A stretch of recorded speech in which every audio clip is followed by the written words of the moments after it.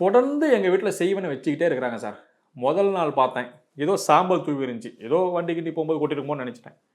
2வது நாள் பார்க்குறேன், ரத்தக்கரை மாதிரி ஏதோ இருந்துச்சு. இதுவும் என்னவோ நினச்சி நான் கம்மன் விட்டுட்டேன் சார். 3வது நாள் பார்க்குறேன், எலுமிச்சம்பழம் புளிஞ்சு விட்டு வச்சுருக்கிறாங்க. இது மாதிரி தினந்தோறும் பிரச்சனையாக இருக்குது. யார் பண்ணுறாங்கன்னு தெரியல, எப்படி நடக்குதுன்னு எனக்கு தெரியல சார். சம்மந்தமே இல்லாததுக்கெல்லாம் வீட்டுக்காரமா சண்டைக்கு வராங்க. எப்போ பார்த்தாலும் பிரச்சனை, சண்டை. யாராவது ஒருத்தர் மாத்திரி ஒருத்தர் உடம்பு சரியில்லாமல் படுத்துக்கிட்டே இருக்கிறாங்க. ஹாஸ்பிட்டலுக்கு போனால் ஒன்றுமே இல்லைங்க, நார்மலாக தாங்க இருக்குதுன்றாங்க.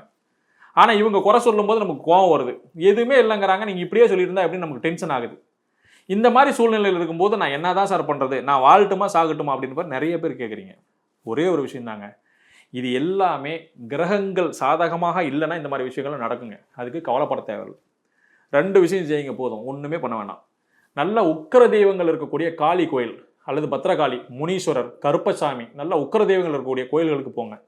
8 கோயில்களை தேர்ந்தெடுங்க, ஒரே நாளில் போங்க.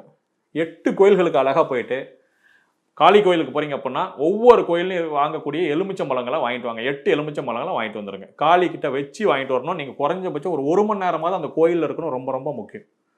அந்த எலுமிச்சம்பழத்தை 1 மணி நேரம் காளி கிட்ட வச்சுட்டு அங்கேருந்து வாங்கிட்டு வாங்க. வாங்கிட்டு வந்துட்டு அங்கே கொடுக்கக்கூடிய குங்குமத்தை கொஞ்சமாக நீங்கள் குங்குமம் வாங்கி மிக்ஸ் பண்ணிடுங்க. மிக்ஸ் பண்ணிவிட்டு அதை கட் பண்ணி ஒவ்வொரு திக்குலையுமே அந்த எலுமிச்சம்பழத்தில் குங்குமத்தை பூசி பூசி ஒவ்வொரு திக்குலையுமே புளிஞ்சு விட்டு அங்கேயே போட்டுருங்க. போட்டுட்டு பசுங்கோமியம், சுத்தமான பசுங்கோமியம் அல்லது பஞ்சகவியம் இருந்தால் அதை வாங்குங்க. வாசப்படியிலிருந்து உள்நோக்கி தெளிச்சுக்கிட்டே போங்க. உள்நோக்கி அப்படியே தெளிச்சுக்கிட்டே போய் எல்லா ரூம்லையும் தெளிச்சு விட்ருங்க.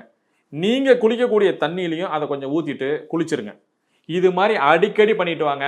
அவன் எவ்வளோ பெரிய செய்வனக்காரனாக இருந்தாலும் சரி, எவ்வளோ பெரிய மேஜிக் பண்ணுற ஆளாக இருந்தாலும் சரி, இந்த எலுமிச்சம்பழம் சார் அங்கே இருக்கிற வரலாம் உங்களை எவனை டச் பண்ணவும் முடியாது, எந்த செய்வனாலும் உங்களை ஆஃப் பண்ணவும் முடியாது.